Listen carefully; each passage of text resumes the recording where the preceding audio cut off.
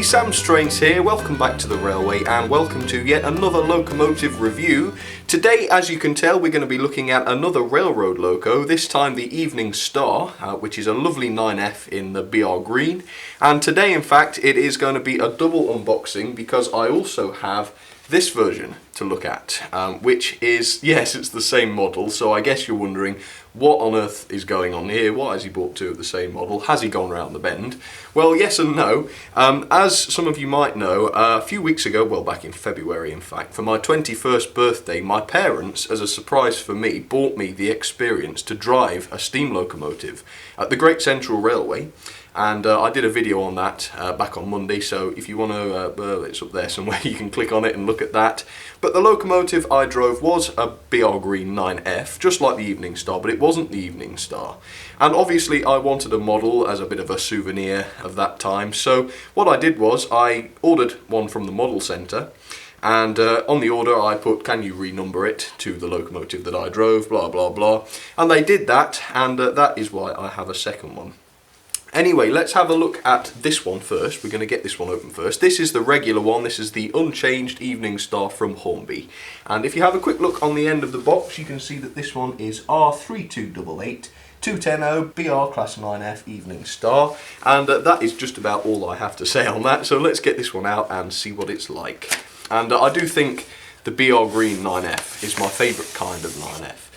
Despite the crusty version and the, whatever, the regular railroad version. Anyway, so first of all then we have the paperwork, which I will show you very, very briefly. This is the Class 9F operating and maintenance instructions. And inside there you can see very basic information. It just shows you how to lubricate, how to take the body off, and how to fit the DCC decoder. So that's all the same kind of thing that we've already seen before. So let's get this one out then. Let me lift up the hood, as it were, and pull back the plastic. There she is, number 92220 in the beautiful BR green. Okay, I'll get that out in just a second, but I will show you the detail pack if I can get it. Yep, there it is.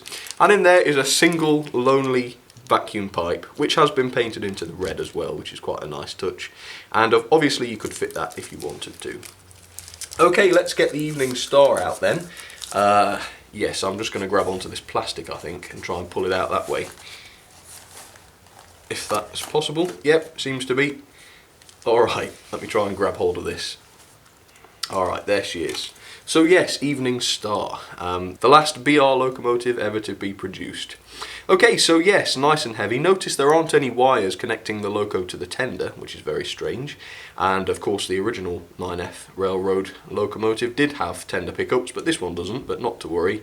Anyway, so yes, notice, just for future reference, notice that this chimney is in that sort of copper golden colour.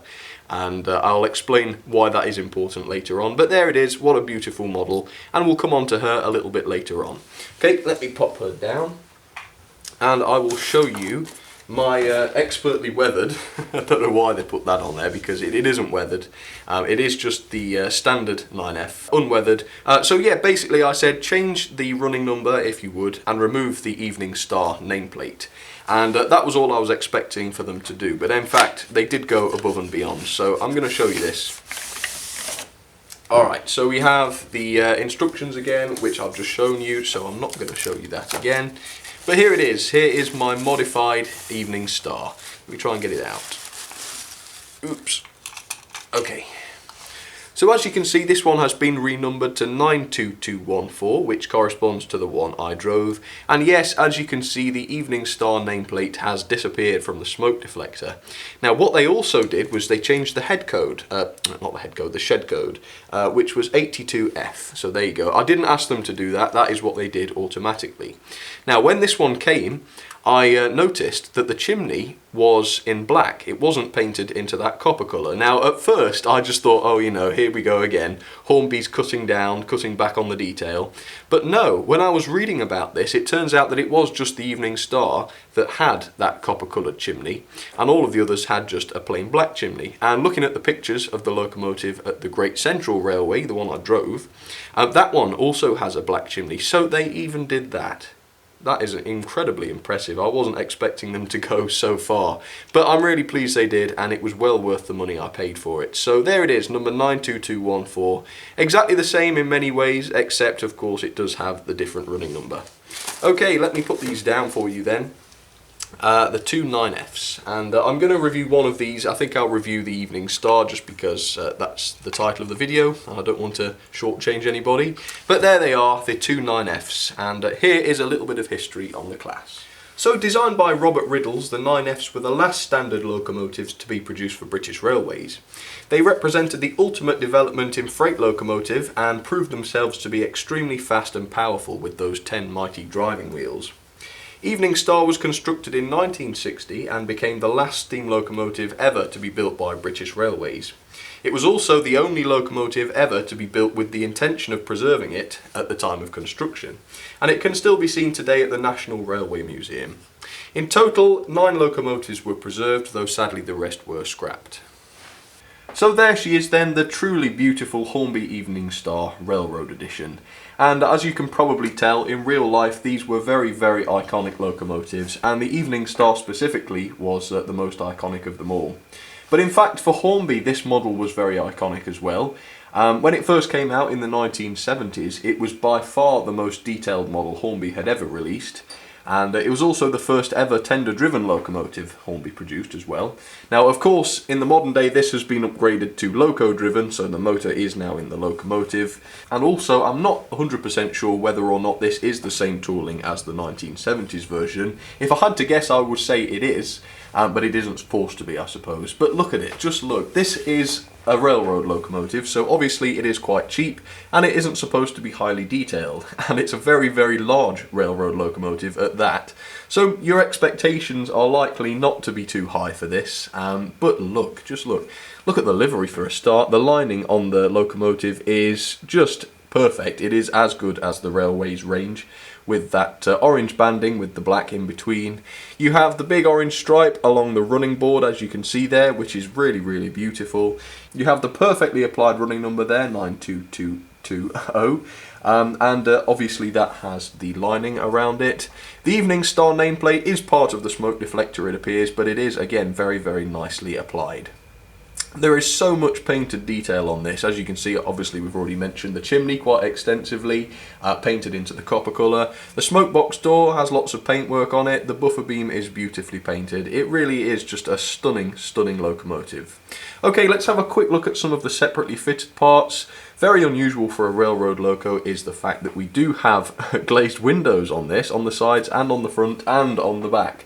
Incredible. Obviously it doesn't have a painted interior inside the cab, but I don't suppose it would if it was part of the Railways range because it's such an enclosed cab. You have separately fitted safety valves, presumably, on the top here, which are a nice touch, and yes, even sprung buffers, which probably wouldn't have been a feature when this first came out in the 1970s, if indeed it is the same tooling. You have the handrails too on the side, separately fitted they appear to be. They're not too obvious probably on camera, but in real life they are quite noticeable. And of course there is an awful lot of moulded detail as well on this model, including all of the pipework just around the front of the cab, and the riveting and pipework just behind the smoke box, as you can see. So what a truly incredible, magnificent model this is, and for the price, definitely one of the best railroad locos I've ever seen. Okay, let's have a look at the tender. Now, the tender was notorious on the original BR Black railroad version because it sort of wasn't very good. The centre wheels were notorious for locking up and sticking, and apparently some people said theirs literally crumbled and fell to pieces. Well, this one is much better. It doesn't have tender pickups anymore, which is a shame, but I suppose you've got plenty of pickups on the loco. But yes, it is much more basic, and the wheels are much more free to move, which is exactly what you want. Excellent news. It is very well detailed as well. You have the beautiful Brunswick green, I believe it's called, with the orange lining on the tender there, and of course the late BR crest saying British Railways on there. Very, very finely applied. The coal is also quite finely detailed as well. It is certainly not chunky like some of the railroad coal is. And on the back there you have this pre-fitted vacuum pipe, the ladder, the rails, sprung buffers, and also a NEM coupling. So a very, very modern, very, very up-to-date and highly detailed model. What more can I say? Okay, let's get her down onto the track alongside my birthday souvenir locomotive, and let's get them tested. Alright, so I thought I would focus on my renumbered version for the performance test, though of course Evening Star will be running in just a second as well. So I'll show you what else is going to be on the line. Behind my renumbered Evening Star, number 92214, I have a lot of Pullman coaches. As you can see, they keep going and keep going and keep going, so that should be a really good pulling test for her, I hope. Then on the middle line, tender first, is the Evening Star, of course, 92220, with a rake of ex-LNER coaches in the blood and custard livery, and I think they look lovely with her for some reason. So yeah, I thought I would do that. And then on the inner line, we have the regular Railroad 9F, 92221, which is in the BR Black, and she is pulling some empty wagons. Most of those are empty. So hopefully that should be quite a nice thing to see running. And also don't forget, elsewhere on the layout I have hidden some other BR locomotives, so see if you can spot what those are. And today there is one odd one out, so see if you can figure out which one that is. But for now, let's get this 9F tested then. Now generally the performance on these is very good. They can do a good slow speed, but they don't get full marks on performance from me because they don't have tender pickups, and I seem to find that the motors in these more modern Railroad 9Fs are a little bit noisier than the ones that used to be in the older version. So yeah, I don't know about that, but let's give it a little bit of juice and see how it goes. So I'm just easing it up on the controller, and as you can see, as I was saying, you really can't fault that for slow speed performance. She is moving there, as I'm sure you can tell, but very, very slowly. Excellent, very, very good indeed. And I must say, I think it was Peter Shaw who was saying his old Railroad 9F had a lot of trouble shorting on points and things, and yes, my black one does as well. Having said that, mine's cut out on the... oh no, it hasn't, there we go. As I was saying, yes, my black Railroad version has trouble with that as well, but these newer ones don't. And that's the same with the crusty ones as well. They don't struggle like the old ones did. So yes, very nice. Okay, back she goes then to the coaches. There she goes, slow her down for the coupling. Oops, that was a bit of a crunch. Oh dear. Alright, I'm just going to pull her forwards a tad because she went a bit too far out of shot. Okay, so I think we are ready to go. Here we go then with the beautiful 9F. And she's not moving. Come on. Oh, do you know, I'm on the wrong controller here. Okay, that explains a lot. Oh goodness, I don't know. I thought there was something wrong with the driver for a moment. Heaven forbid. Anyway, I'll let all these Pullman coaches go past for you. They are a few different varieties. You have the regular Railroad Pullman cars, the white Pullman cars, and the Queen of Scots Pullman cars, which are just coming into shop now. So, yes, it's a big Pullman family. Okay, let's get Evening Star up and running then. Okay, here she goes. Backwards, of course. And she runs just the same, by the way. Yeah. And now my black version, which is DCC fitted, but I'm just running her on DC today, which is a little bit awkward because she will jump into life. Oh.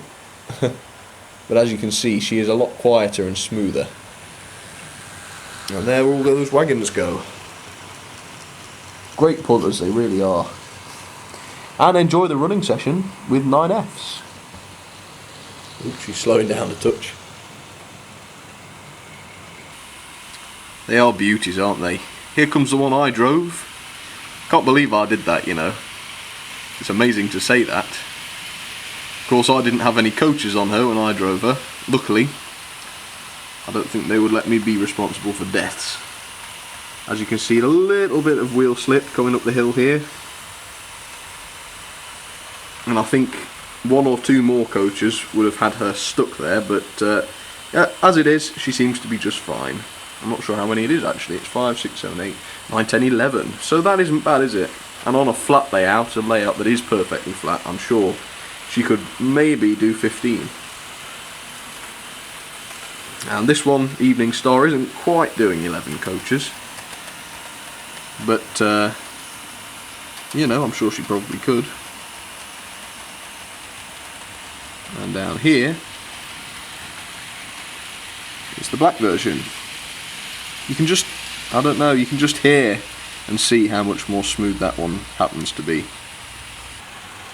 There she goes at quite a speed.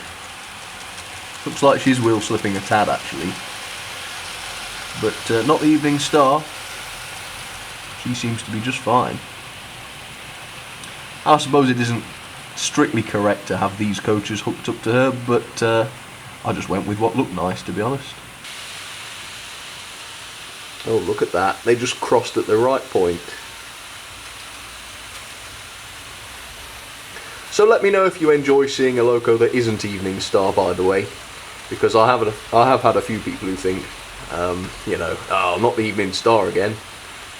So I've managed to show you something that's not the Evening Star.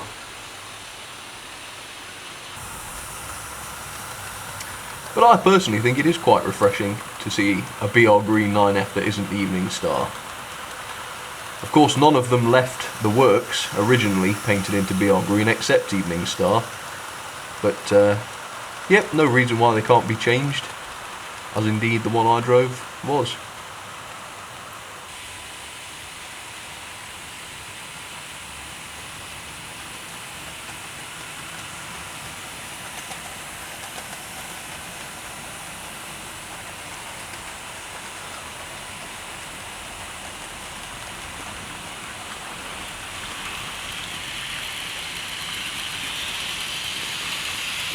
And now for my ratings then on the Railroad Evening Star. First of all, detail 8 out of 10. It is far superior in my opinion to most Railroad models, so that is good. Performance 8 out of 10. It is a shame about not having tender pickups, and as I say, the motors are a tiny bit loud and noisy, but apart from that, very good performance, and as you can see, excellent colours.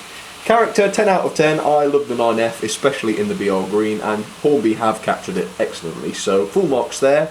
Build quality 9 out of 10. As I say, as far as I can tell, everything except the motor maybe is perfect, so 9 out of 10 there. Value for £70 to £80 is what I paid for mine. That is 10 out of 10. Truly fantastic. So overall then, that leaves her at 8.82 out of 10, and if we put her into the ranking, that puts her 5th, just below the L1 tank and above the 5MT.